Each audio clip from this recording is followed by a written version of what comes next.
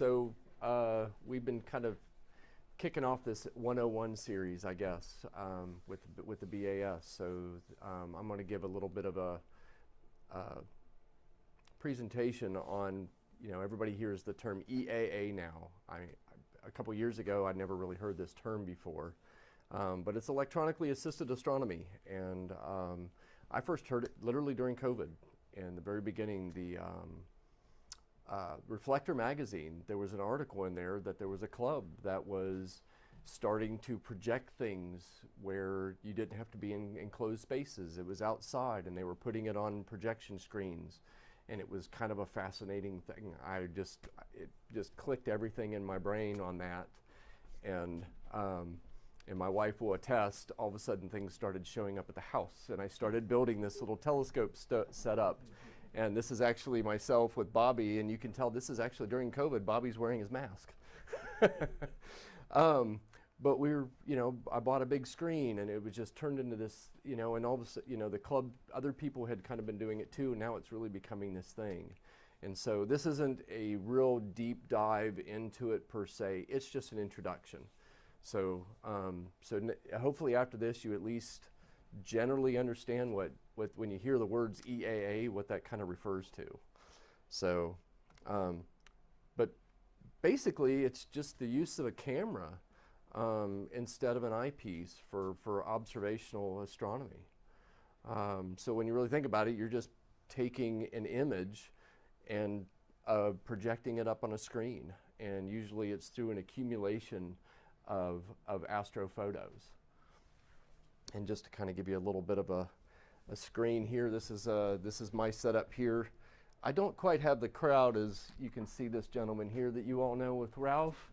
So, but this is a big screen that I have a projector, and I'm live streaming an image up on in real time. And Ralph, of course, has the crowd, and he's got his telescope screen here, and it really has been a game changer. It's we've been doing kind of a combination of your visual along with this EAA at these events, and it's just been really fantastic. But it's not just for this too. There are just for your own personal use. I do it at home too, where I just want a quick fix. I've also got my father who can't really see through a telescope or an eyepiece very well, but I can show him this. I can project this onto my iPad. So anyways, I'll kind of go into a little bit of background on it, but it's just really been kind of a game changer in the astronomy community. And it's kind of exciting. So I found this website called Stellvision. I didn't even heard about it. And I was just trying to look for some kind of a visual representation of what an object looks like in an eyepiece compared to what it might look like through a camera. And so this is just like a 60-degree eyepiece, and I want to kind of focus on aperture. So when you're looking through visual in a telescope, aperture is king. The bigger the telescope, the better you can see the image. So a lot of us, we just have a lot of small, you got to think bigger, heavier, more expensive. So a lot of us have these little small scopes. And so as you can see, this is M41, so it's Orion's Nebula. And I have this little guy right there, very faint, and that's in a 2.5 inch. I don't know if this is a reflector or refractor, but it's basically in general, it's all for general reference. So then you go up to a 5 inch. Hey, that's starting to actually look a little bit bigger. So 5 inches is a pretty big telescope. Okay, let's increase that. Oh, wow, we got like Matt bringing out his 10-inch Dob. Out here on this, it's still finally starting to show up. Okay, 10-inch Dobsonian for this big in diameter, this big in size, it's huge, and wheeling that sucker out. And then you got this one, that's 20 inches. Okay, I can see detail, and things are really starting to pop. 20 inches. Yeah, like upstairs, that's our scope up there. And so it takes a lot of aperture to gather all those photons to start seeing more and more detail. But EAA is a completely different ball game. So I brought my new setup. I'm still kind of learning it. I've only actually had one real evening where I had about 4 hours between clouds a few weeks ago. This is from my front yard up in Signal Mountain. And this is a screenshot off of my, my iPad. But with this little setup, I took 10 images that I stacked. They were basically 60-second exposures.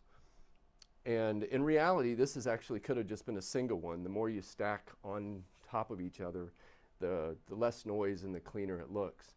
But in 60 seconds, on a scope in my front yard here in Chattanooga up on Signal Mountain, you're getting that. So when you look at a 20-inch and all these details, and you think of this big mass monstrosity that you either have to haul around, or if you get the fortunate on a clear night, we can see it up here in the telescope. That's what EAA is allowed to bring you. What size scope is that? Which one? Oh, for this one, it's a 130 millimeter reflector. So not really that big. What is that?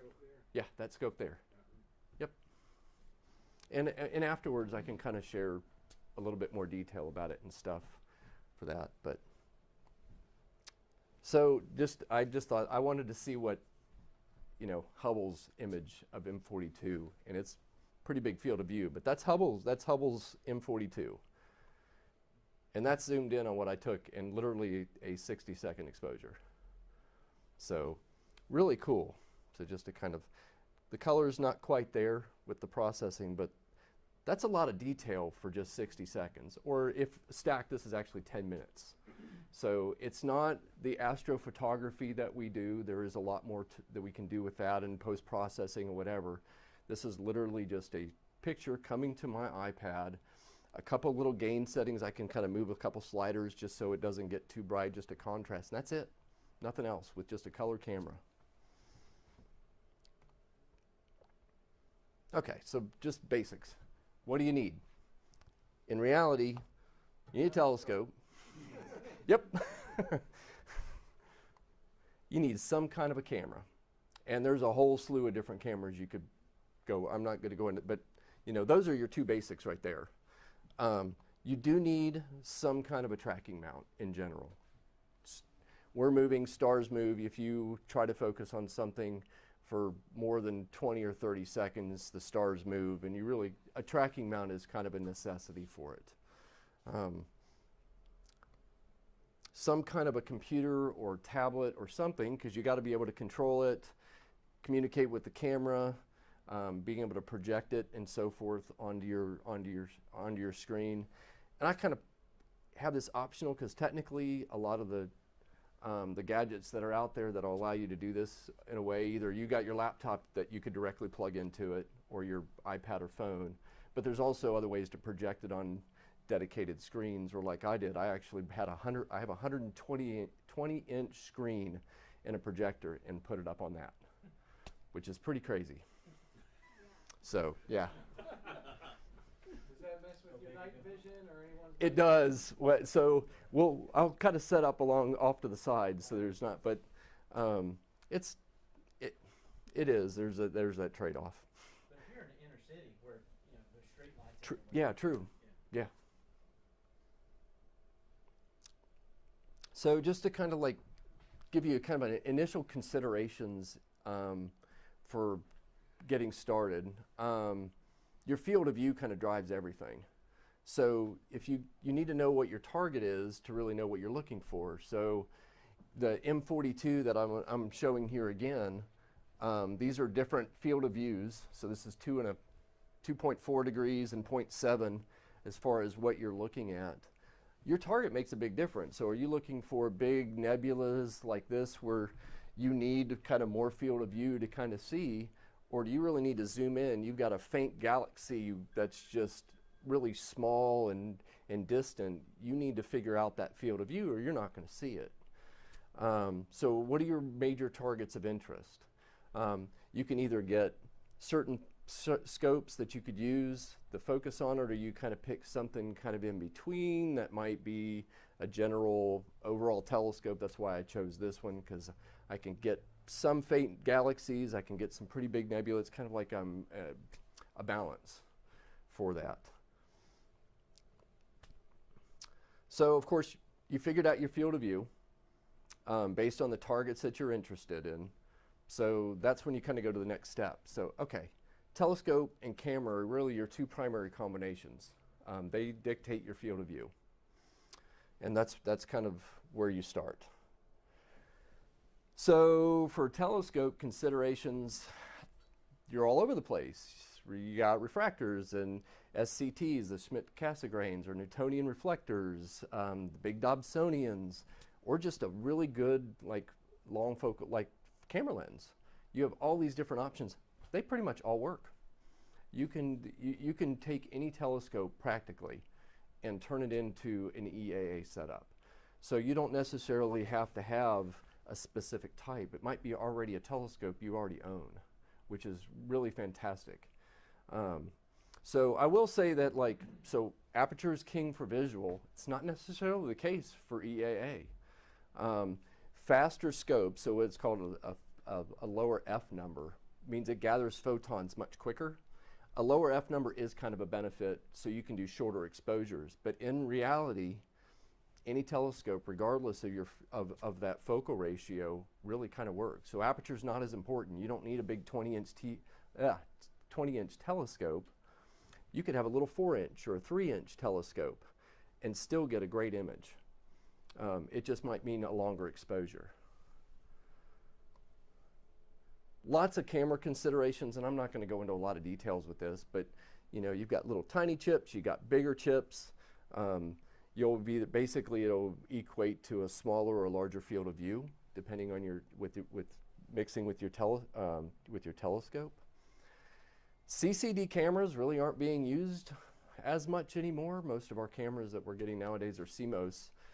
They're much more sensitive, so they're more ideal for EAA.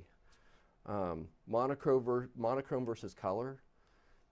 If you really like color, this EAA is actually ideal for it. The monochrome, which is the black and white, uses you get more pixels that you can get for it. You get a little bit of loss of resolution with the color, but for EA, to be honest with you, you don't even notice the difference. So color's great for it, but either will work. Non-cooled versus cooled. So cameras actually can have built-in cooling systems, basically. So it helps reduce the noise in your camera. So they are better, but a non-cooled works just fine for EAA. So we're not trying to do 5-10 minute exposures and getting low noise and just to project something up on the screen.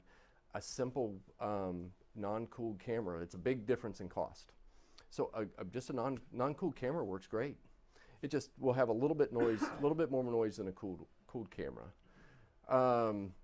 Small versus large pixels. The size of the pixels in your camera can also be different sizes. The larger the pixel, actually, the more light it'll pick up. But you lose a little bit of resolution on your target. But for EAA, you want light and you want it fast. And so large pixels work pretty well. Although I do have a slide later that. I would have thought the other way. So that's news. 'Cause I'm going to be. I am correct on that, right? You're wanting. Yeah. So you want to match the resolution of it. You do. There are a lot of little considerations, and that's why we have this lovely club here, because we have members. We all have different scopes and cameras and knowledge. So I don't necessarily wanted to go into the weeds on this, because we've had great presentations from either Ralph and Richard and others that have kind of gone into a lot more of those kind of details. But yeah, there are other considerations, and you've definitely got a vast amount of knowledge in this room or in the membership to help you out on that if you got questions. And there's even cheap little video cameras that work just fine, that are much better than an eyepiece. So you've got a whole slew of different things and range of costs. So you could just buy a really cheap little camera and it'll work just fine on a very cheap telescope. You don't necessarily need to go buy a $10,000 telescope and a $10,000 camera to do this and get amazing pictures. There's a whole forum on a Discord channel that's dedicated to 3D printing a tracking mount and then using 3D printing a telescope and using a desktop camera, you can build it for less than it's a ridiculously cheap amount. And Wow. they take great photos with them. Yeah. Yeah. Same thing with the camera. You can get like on Thingiverse, you can take Yeah. a regular Canon, like a a nice lens and Yeah. everything, and just put it on the ground and only sits that far, but it'll track all the way through the night. Oh, wow. 3D printed. That's 3D printing's doing some pretty crazy stuff.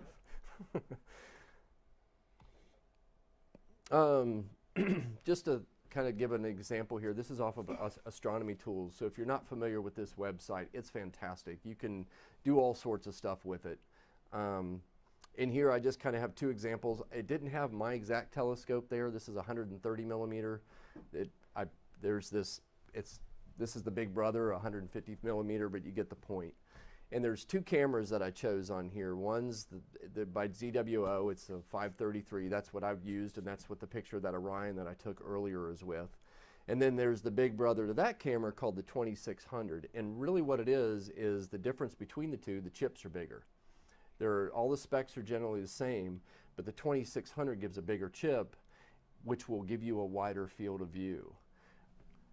And so just kind of show down here, the field of view here is about 1.5 degrees for my camera that's set up on here with that telescope. But if I got the bigger chip, my field of view practically doubles. Not quite, 3.5. This one's a square chip, this one's a rectangle, but 3.5 by 2.25 or 2.14. It's just a bigger chip, bigger field of view. And so on that website, you can actually plug in all these things and compare them. So this red is what my M42 would look like using the camera that I have. But if I had a camera with a bigger chip, this is my field of view. So just kind of demonstrates the example of the matching your telescope to the size of the chip on the camera will dictate how big your target's going to show up in your field of view there. Okay, mount considerations. Whole slew of them. But in reality, you don't necessarily have to have a big fancy mount to do this. It just depends on the weight and size of your telescope. But if you have a small little telescope and you don't need a lot of weight, some of these little basic just star trackers, they're made for DSLR cameras, or basically you turn it on and it tracks. And they work great. And I just put a couple on here. The Ioptron makes a Sky Guider and Sky Tracker that will work. The Sky Guider, I think, is the bigger one that you can handle a little bit more bigger scope. And Skywatcher Star Adventurer. So on the low end, they're actually reasonable relative to some of the other things you could get for this. So you don't necessarily need a bigger mount for that. There are differences between the alt-azimuth versus an equatorial mount. They both work for EAA. Equatorial mount, though, the way it tracks will actually be better for EAA if you're trying to do anything over like 20 or 30 seconds. It just in general, it will work better, and especially if you need to have longer exposures. So equatorial is kind of preferred for it. And there are way too many mounts to list. So basically any mount that you look into and that'll track, you got your pick from about 100 of them. So I'm not going to really list a bunch of those. And again, you have if you're not really familiar with this or whatever, you have a slew of people here that have the knowledge to kind of help out with the gear side of things. Yeah. I gotta say, it's part of the reason I came today was because of this. I've got a Zoomel Z12. Okay. Dobsonian, 12-inch, and I've purchased and have started to turn it into a go-to motorized Perfect. Dobsonian. So I still got another couple weeks of assembly and wiring and all that good stuff, but when it's all done, I know that because it's an alt-az, I got to get the software that will adjust, because it's only up in. Yep. I'm gonna, if I look at the finished product after a night of following or whatever, it's gonna do this to the picture, right? So I have to digitally move them back to overlap on themselves. Yeah, for astrophotography, yes. For EAA, where you're just wanting to visually just see your target in a shorter period of time, almost quote unquote instantaneously, it'll work fine. But I want to do both. Yeah, yeah, you would have to do that. And I've never actually owned a Daub, and you know, you've got Matt and quite a few others in here that could probably help out better than me. I think it would work out pretty well if you did short enough exposures. Yeah, yeah. Thanks, John. Yep. Yeah, because it'll align them, you know, as part of the EAA process. At least the ASI Air would. Yeah. So there are a lot of things at your fingertips. Technology, it is just exponentially just exploding right now, and on every budget. And so there's a lot of things that weren't available 10 years ago now that will help with a lot of this stuff. So heck, they're now 3D printing cheap little things. So hey, who knows where it's going to go. So, but it's a very beginner friendly way of doing more than just visual. Computer considerations are all over the place. You could just use a normal laptop because you got to be able to at least plug that camera into something. And sometimes, depending on your mount, if you're doing something besides just the plug and go star tracker, you need something to run it. So you do need some kind of a computer. So you can either use your laptop, of course, but there's also a bunch of little mini PCs and other kind of wireless controllers, and I completely forgot to add more on there because there are several more, but like what I have on here is made by ZWO. It's called the ASI Air, and it's basically a Raspberry Pi, and it's what controls everything, cameras, mounts, and I run it off my phone or my iPad. And that's what I took that screenshot earlier for Orion, was just off my iPad. It really is. It's a fantastic. They even have a new introductory, smaller version called the Mini, as well with it. Yeah, it's just fantastic. And it works. It even works with just a lot of the DSLR cameras now. So, but they are mainly with their proprietary stuff with ZWO. That is one of the things. But it really is a great thing. So screen considerations, you know, just if you got a laptop, of course, there's your screen, or you can project it up with like an HDMI cable just to a TV, or some kind of a monitor. Ralph brought in and can show a little bit later. I got it kind of set up here, but it's a little dedicated one that he uses for his setup, that could be put on there. Not everybody, you don't have to go the route that I did where I bought a big 120-inch screen and projected up there. You don't really necessarily need that. I just went to the extreme because I thought I had to. I did. I saw it in the article and I did. So. That's a great way to tell it. Oh yeah, she just like laughs. And then, of course, like a tablet and smartphone or whatever, too. So, and there's pretty much anything that you can project it up onto or whatever you could use for that.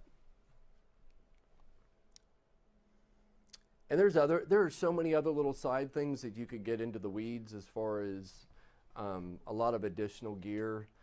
If you're doing long exposures, there's things called guide scopes or off-axis guiders and so forth that'll help kind of keep track.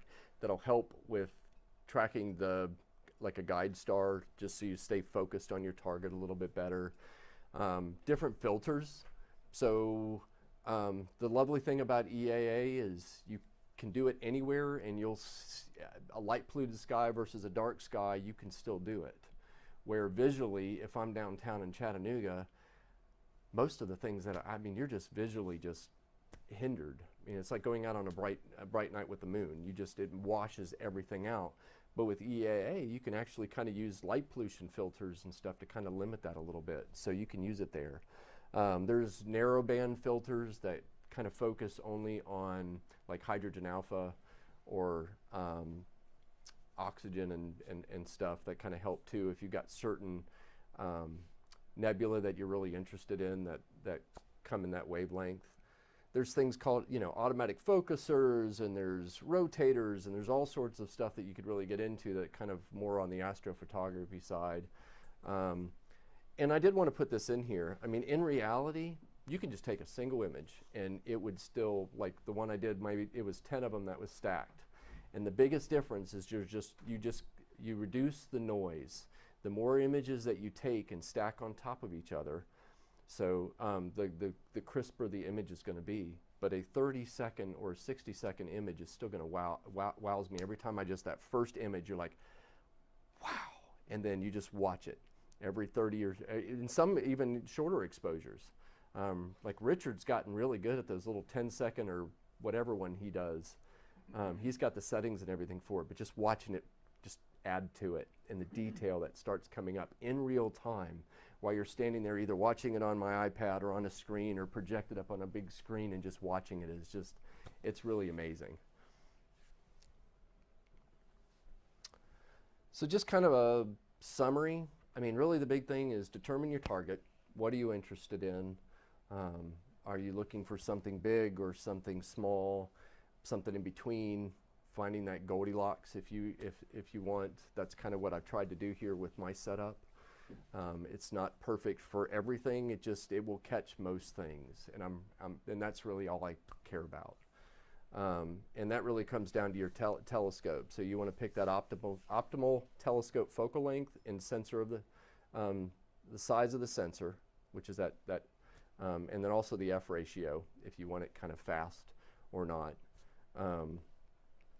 In general, like if you're really interested in small targets, a long focal length scope will basically kind of zoom in on your target, and that's where small chip size actually is better because you get a lot more resolution with those. And then if you want to go the opposite direction, if you want something kind of nebulous and larger, you want a shorter focal length and you want a larger chip size. Just in general. And there are so many combinations, there's just too many to kind of go into. But there are some considerations, and again, we've got people here that would be definitely willing to help sort you out, especially if you've already owned a telescope and you're looking for that camera.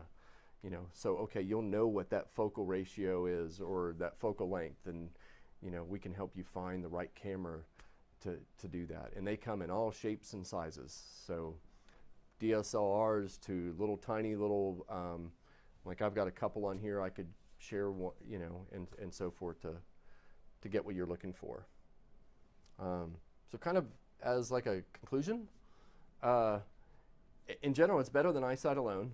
And Matt put this in there. I mean, it really is. It's 100+ times better than what your eyes can see. And depending on who you are, my eyesight's terrible. So, you know, this is just, to me, is just night and day as far as being able to see more than what I can with my eyes. It diminishes the effects of light pollution. Like I said, if you're in the city, you're kind of toast. There's only so much you can actually see, where this could really help out with that. I love the fact that this is an easier way to share with larger crowds. I mean, we've had some nights where we've had hundreds of people show up, and there'll be lines of people and waiting just to get to everybody's telescope. And you know, with the advent of this, and we'll have a slew of visual scopes out there and these EAA setups, and it really helps with a lot more people being able to see things, spend more time on the telescopes instead of going, oh crap, I got 20 people behind me, I gotta look, okay, go. You know, if you've only got 1 or 2 people, because the EAA in crowds, you can focus more on the telescope and really enjoy when you're actually visually looking at it. And it's really a great way for that. And like I said, it's good for visually or actually mobility impaired. It's hard for some people to actually get up and look through a scope. Either they can't see it or just from a, you know, mobility or access standpoint.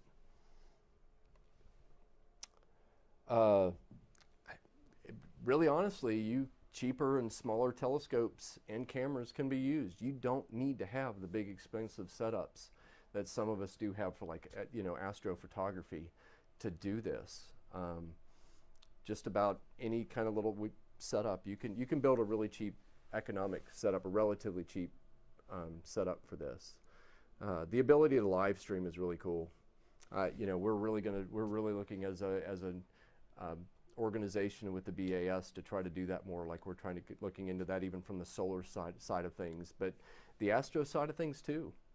I know, Matt, you've done it on quite a bit, and you know, with the moon, and like there's just so many more opportunities to be able to share just by hooking up a camera to a telescope that you can't do visually. And if you're really interested in astrophotography, it's a phenomenal stepping stone. Talk about a quick and easy way to kind of start getting into it and learning and understanding how to make pictures like what Matt did. If you want to be like Matt, this is a great way to start. We all want to be like Matt. Yeah. So there are disadvantages. There are, you know, a few. They can end up costing a lot more than a visual scope. So you can, once you start adding in cameras and a few other things, I mean, it does add to the cost. It depends on what your definition of expensive versus not, but it can be. Definitely more complicated to set up and maintenance, and can be less portable in some ways, depending on how much you have and whatever. It's still nothing like trying to bring out like that 16-inch Dobsonian that we brought to the swap meet. That is a monster. So that's going to be a hard one to beat for portability standpoint.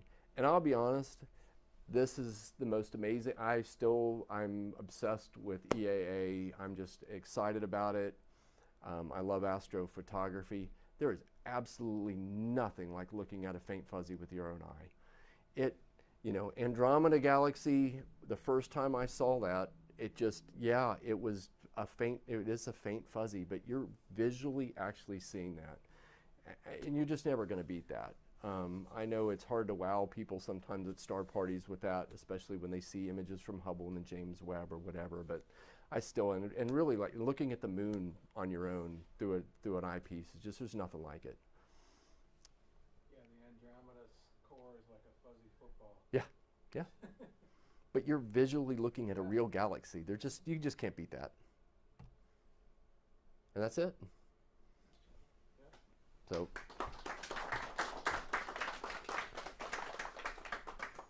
We can do lights and questions. Oh, watch your eyes. Oh, Yeah. woo! Who put those new lights in? I know. Oh, you want to show your telescope to everybody? Yeah, I can do that too. You were talking about people getting access. We had that big lady that was at Cleveland Canyon Okay. last year in a wheelchair. I wasn't there for that evening, so. And that was great for her because she could just roll over to our table and just sit there in a wheelchair and look at the screen and ask questions. Oh, it's just great. That's, yeah, it really does open things up. And the other thing too, I didn't kind of make kids. Their attention, and they just like it's a jungle gym, you know, they just like to grab onto things and whatever, and like, you know, they're impatient when they want to look through an eyepiece. I mean, you know, not all of them, some of them will just keep going back and back and really try to do it, but a lot of them, they get so like, they look at it and they can't see it and they get all like frustrated, and but when you put it up in front of Ralph's little monitor, they'll just sit there and you can stare at it, and they get it. So. And it does keep their hands off your $10,000 of equipment too. That too. Although many adults are kind of slobbery too.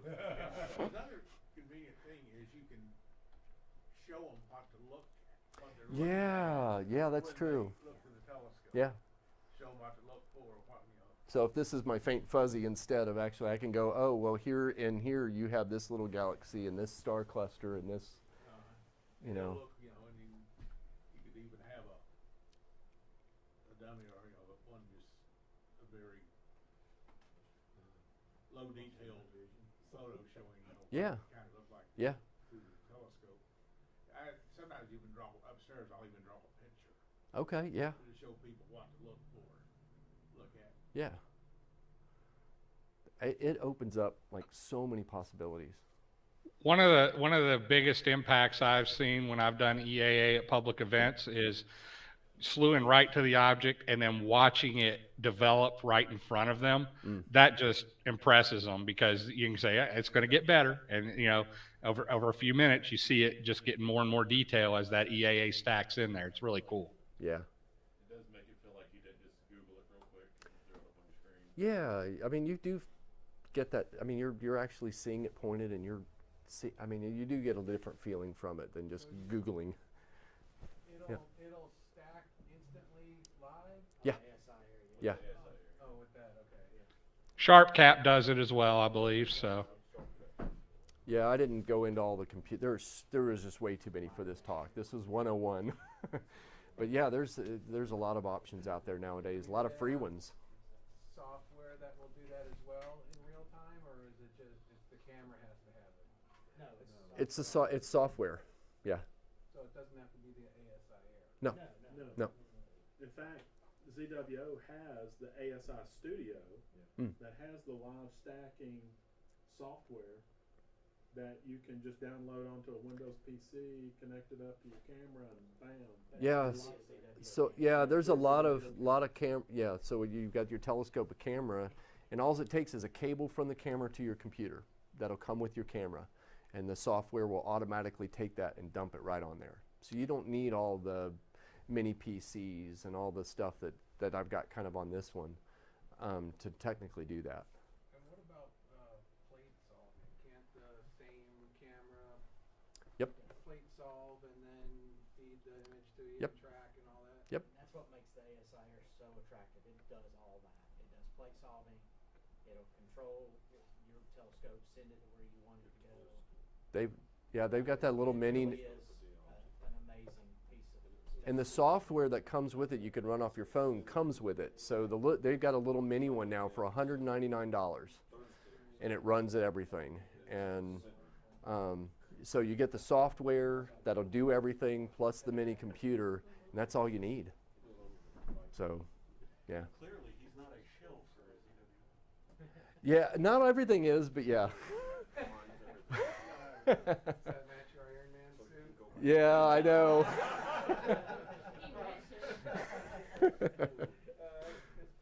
Yeah. Yeah, it's beautiful. ASI Aero Plus. It's just it's the Pro, so it's the it's the older. Yeah, it's probably it's 3 years old, so it's the Pro. I have you have to basically be about 20 feet away from it to work. Or at my house, my network will pick it up, so I could still be inside and use it because it uses my own house network to do it. But they've got a newer one now that has better range and stuff, but it does the same you thing. can get the old ones modified too. I had mine modified with external antennas. So I need to think about that. yeah, there's a guy on Etsy that does them for $50 a piece, I think. I was able to connect mine about 200 feet away. Okay. It's funny. My wife's in the back going, no. Or I She's could just already, buy a new one. she's for already blaming me for $300. the telescope, so I I might as well know. pile on and blame her for something. Blame me for Yeah, something why else.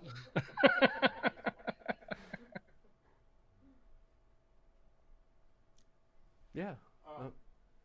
Have used one of these. So you're essentially not using any type of magnification other than whatever the natural magnification of the telescope. Correct. Yeah. So it's a combination of the camera and the telescope. Yeah. So yeah, you're not yeah. Yeah, you download it to your. So you're not really, other than the natural magnification in the telescope. Correct. you're But not- what's you're not- really but you can, the nice thing about this is, so if you have that image like I showed of Orion, it's just like on your phone with 2 fingers, I zoom in or I zoom out, and you can go and zoom in on features in real time too. So in reality, you have your field of view, and anything in it, you can zoom in and change that magnification, if that makes sense. Except if you're looking at something real small. Well, yeah. Yeah. Have you done much planetary? I haven't yet, but it does it. But you can do that too. And there's the new ASI Air. You've got it. You can actually do a video mode, and it'll stack it in a video and actually do planets and the moon too. It's a combination of length of your telescope versus the chip size. So the formula, tools. Yeah. Astronomy tools, that's what he was using there. You go in before you buy, you go in, you calculate, you look at the telescope, and you look at the camera. Yeah, one interesting thing about the live stacking in the ASI Air particularly is each of those individual frames, you can save those. And if you decide to do a full-on process later, you can process those individual frames just through a normal process that you would do for AP work. So that's kind of a nice thing because it almost, means you don't even really have to run a set. You just say, okay, here's my set. I'm just running it as a live stack, and then I'll process the individual frames later if I want. And there's free programs for that too, like Deep Sky Stacker is a free program to do that too. I mean, there's a lot of great, really inexpensive ways of doing it and getting into it and learning. If you're a Linux user, there's Cyril, and it's SIRIL, and the latest version, the 1.2 version, is very, very good. Never heard of it, but there's so many out there now. It's incredible. And it's free. Yeah. Yeah, and the Indie Ecos K-Star stack is also free on Linux if you want to go that route. You hooked all this stuff up. Tell us what all the different boxes. Okay. Yeah. Sure. So this is actually the controlled mount right here. So this is my equatorial mount. This is a 130 millimeter reflector telescope. So I've got a little mirror in the back, secondary. Normally your eyepiece would be right here. So, and your focuser. This is my guide scope that I have on there with a tiny little mini camera here. And this actually could work. I could technically use this tiny little scope and this and do EAA. It would be a really nice big wide field. It would be a wide field, and I could come in here and put those specs in here and see what it would look like in here. But instead, this is actually so it will stay on my target and be pinpoint stars.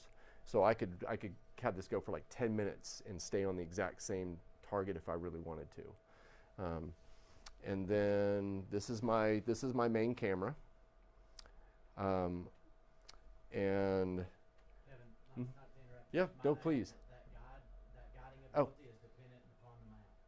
Oh, you're right. It is. Yep. You gotta have a mount that will guide. Yeah. So like your star tracker that I kind of pointed out, just you would normally use for like a DSLR or whatever, doesn't work with this. Yeah. So. Are you talking about the Star Adventurer? Yeah. It does work with it, but only in RA. Okay. Yeah, you can guide an RA on the Star Adventurer. Oh, okay. I do have an autofocuser on here. It just automatically tracks, and in the software, it will actually automatically do that. You can do masks and stuff too to help for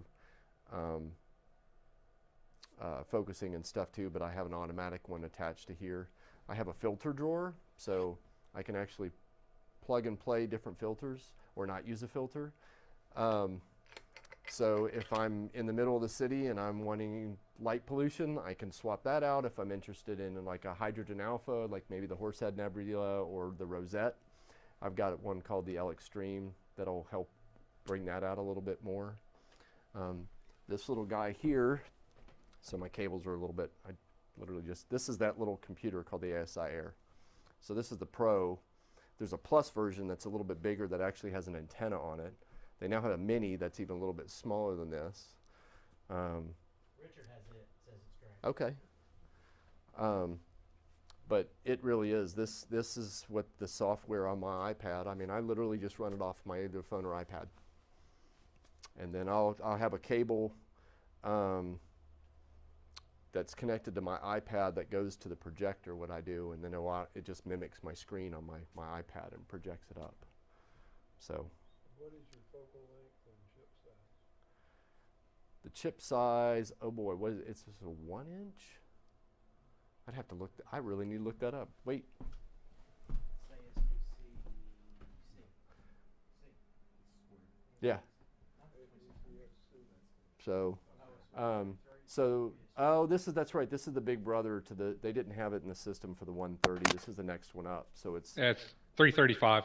Okay, awesome, John. Thank you. So. Yeah, what would you say, 335, John? The focal length? Yeah, yeah. Okay. 335 at F. What is it? F2. F2.8. F 2.8.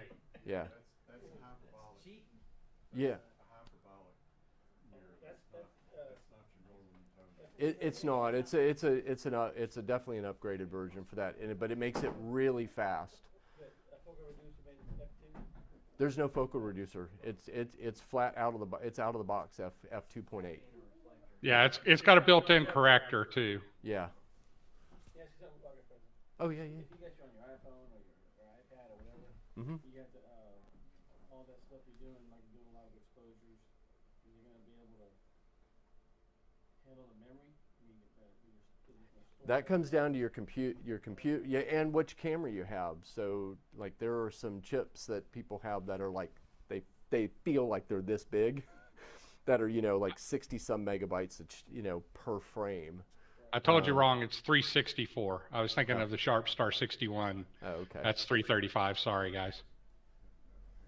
So I have both, it depends on what your camera is and how. But if you have like this on my iPad, you can take just screenshots and it's of course nothing. It just really depends. Like I can't remember what this camera is. It's like. Yeah. Oh, it stores it right on that. It's limited. Well, that one has a USB, has zip drive, a large zip drive plugs in. Oh yeah. Yep. The Plus has an internal memory. I can't remember what size it is, but they did something different now. The Mini, I'm not sure what they do on the Mini. Is another little SD card maybe like this one does? I don't know. Yeah, I never use the SD card to store images. That's a good way to corrupt the OS on those things. Yeah, that's because that one has a large zip drive that you plug in, and that's one advantage you have on the Pro is you can unplug the zip drive. That's all I do. It's like 128 gig little mini USB on there.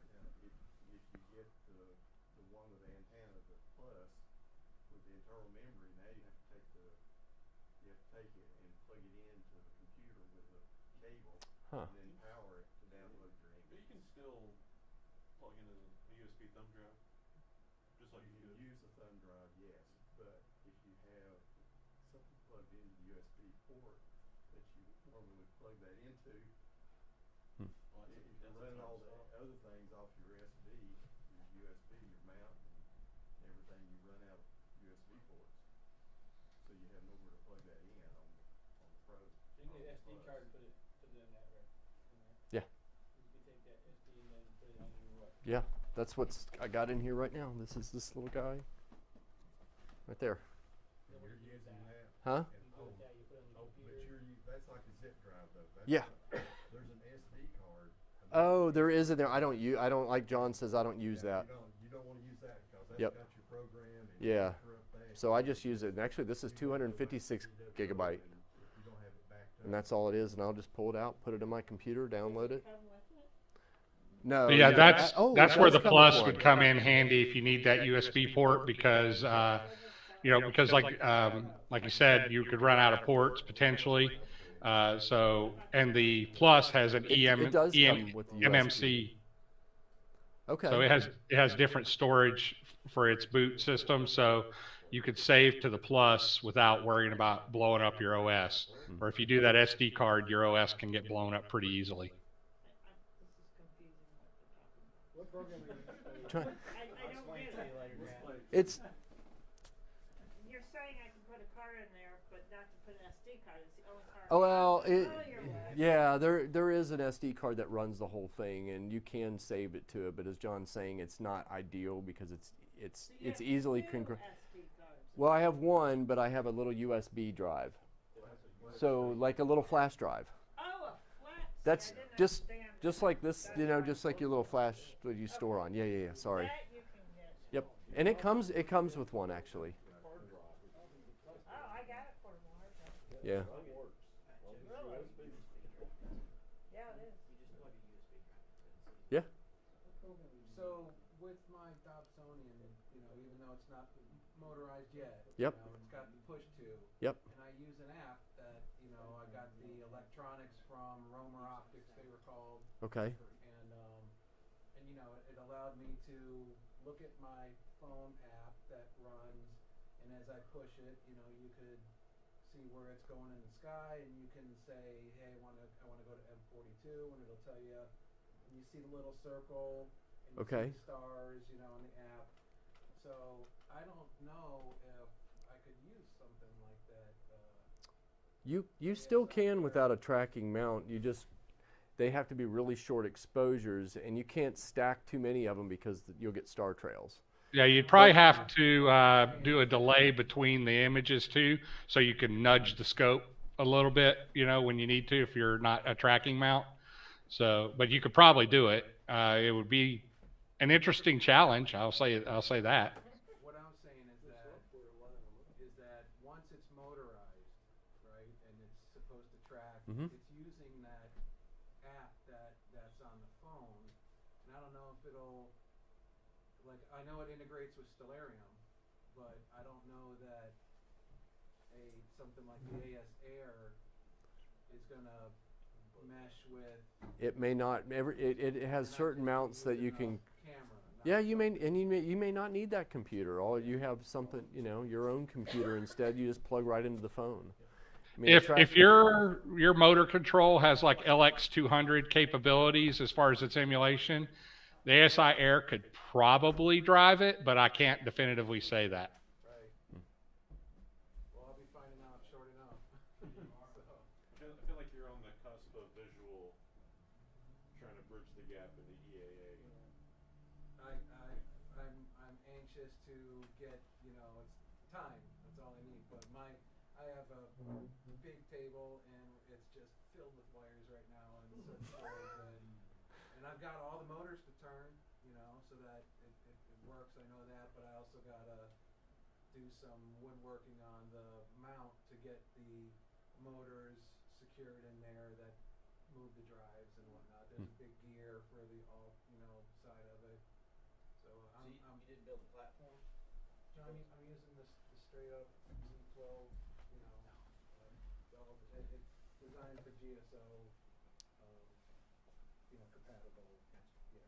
Are you basically doing an Arduino controller for it and to drive the motors? It might be some sort of Arduino, but no, it's not an Arduino. It's this guy, Romer Optics, is the name of the company, and he's got the magnets and the board that goes down on the bottom of the Dobsonian, and then the one that goes around what you would normally tighten your Dobsonian with, but it has electronics that as the alt and as move, it picks up the magnetic, and that's how it communicates.